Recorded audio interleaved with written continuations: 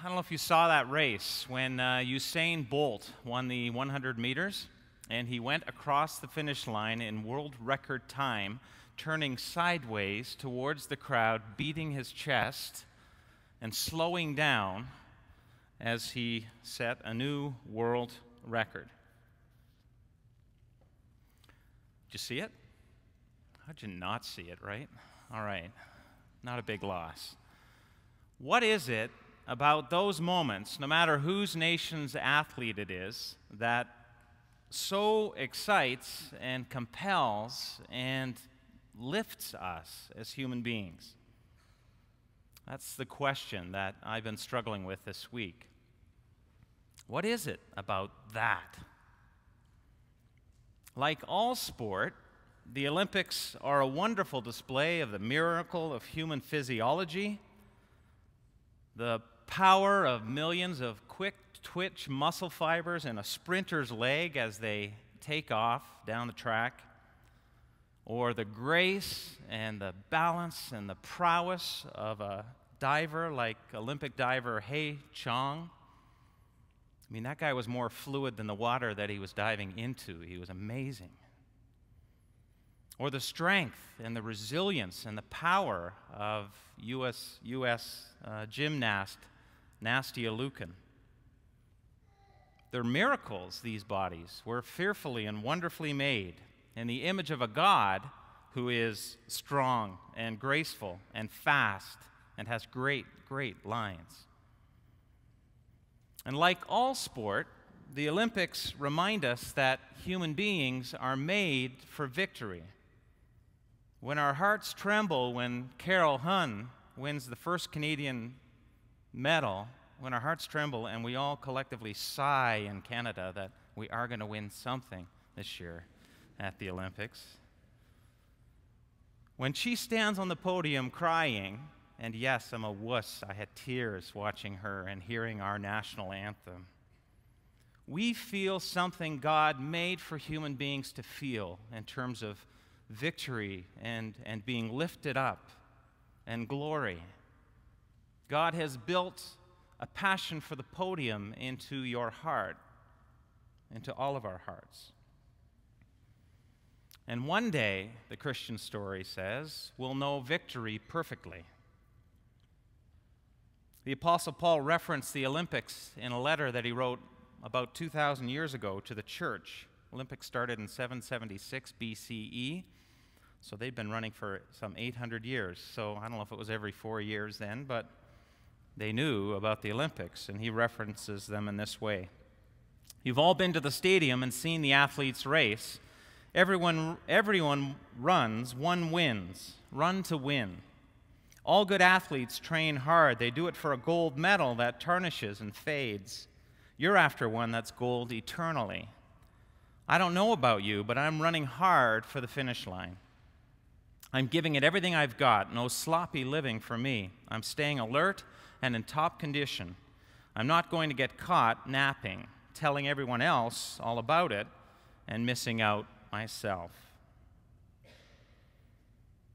God has planted a passion for that victory in you and in me and in all of us. A passion for it now and a passion for it one day perfectly. So I just about jumped out of my body when I read a great quote for this Sunday's message. That is what gets me going, sadly. In the paper this week, when Priscilla Lopes-Schleip, the Canadian hurdler, I think, ends up winning a bronze.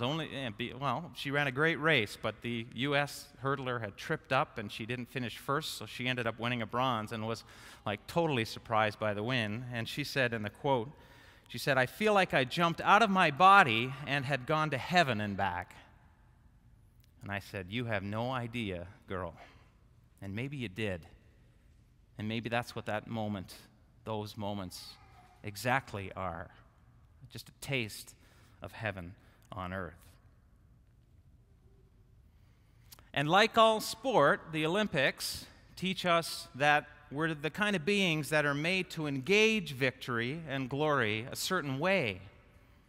God made us to engage victory vicariously. But there's something more to the Olympics? And I struggled with that question. What is it about the Olympics and then Beijing's version of the Olympics that's unique, God, that says something different about who you are and who we are? What epitomizes the Olympics? And I'm not sure I got the answer to that, but part of it, in my estimation, is the whole world record thing.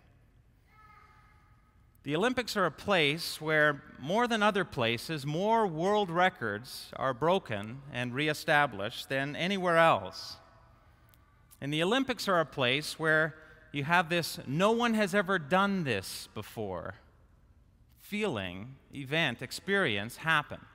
That clip that didn't work when he ran that race, the Canadian announcer said, "No human being has ever done this before," run 100 meters in 9:69.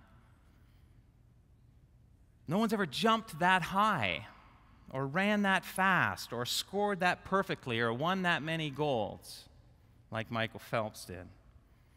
And there's something about that that is powerfully present and unique in the Olympics, this seeing what's never been seen before. Donovan Bailey, when he ran, Donovan Bailey, okay, former world record holder, you know, the guy knows his stuff, he knows how to run, he's fast. And he says of Usain Bolt, he's showing things that no one's ever seen before. That never seen beforeness is unique to the Olympics, or at least more frequently shown there. There's something about being in front of the greatest audience imaginable that brings out the best in a human being. The Olympics are an ancient reminder of a human beings and a nation's and a country's search for the unseen, for more. God has made everything beautiful for its own time, writes the writer of Ecclesiastes. He has planted eternity in the human heart. But even so, people cannot see the whole scope of God's work from beginning till end. And there's an unseen more for you.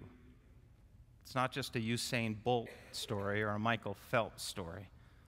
And what encouraged me about their stories this week was when I thought Bolt would suck in the pool and Phelps couldn't run for his life on track. And then I read something in another paper that said that Phelps, like, he had ADD when he was younger and he got cut from all the teams, and academically he couldn't go there. Like, the guy's a fish and he's meant to be a fish.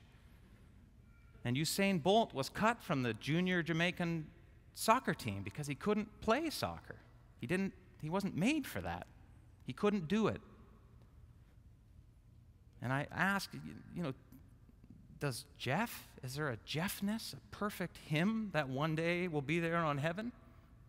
Heaven's walking there and I'm going to meet him, and wow. I knew it was there. I saw it as we did that first life thing together. Or a perfect Sophie, She's wonderfully made by God. And there's a beauty in her and a goodness and a truth that will be in perfection there in that day.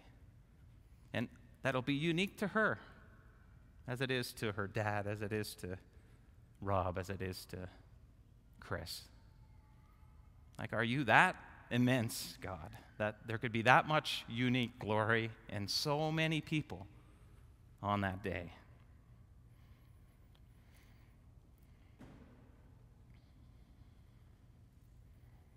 We can't see it fully, but the one who raced before us can. And he invites you into the race and says, this is what I think of you. This is how I see you then. This is what I made you for. Glory